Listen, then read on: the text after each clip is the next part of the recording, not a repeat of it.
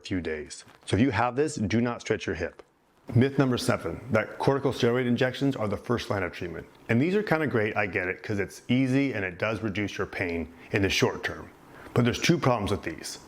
Over time, these injections have been shown to damage the tendon. So if you keep getting them, 1, their effect is going to wane, and secondly, you're going to pay the price probably later in life. Secondly, that pain is supposed to change behavior to some degree. So if you have pain, it makes you want to maybe not do things or exercise.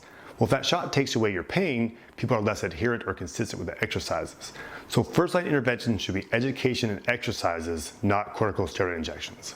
Myth number 8, that the clamshell is the best exercise for this condition. We actually did a whole other video over here that you can click on about why clamshells really aren't that great and often actually make your hip pain worse. And what's even more crazy is they're probably the most prescribed PT or rehab exercise out there. Everyone does do a clamshell. Well, why don't you want to do a clamshell?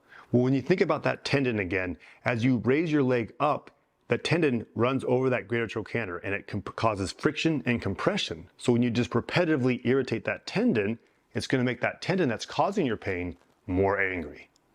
Secondly, this is just not a very tough exercise. It only uses about 13% of those muscles. It's just a very unloaded exercise. And then thirdly, it's not really functional. You're not weight bearing. Like when are you ever going to lay on your side and just raise your leg up and down?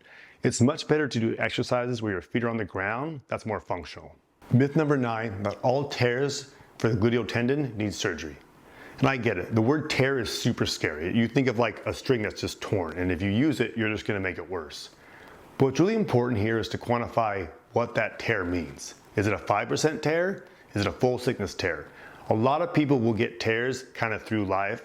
And what I found even like meniscus changes is, say you're 45 years old and you're not doing much, and then you get crazy into exercise, your hip starts hurting, you go get an MRI and they say, oh, you've got a tear. Well, it's extremely likely that tear's been on there for years or decades and you just started doing way too much after doing too little for too long.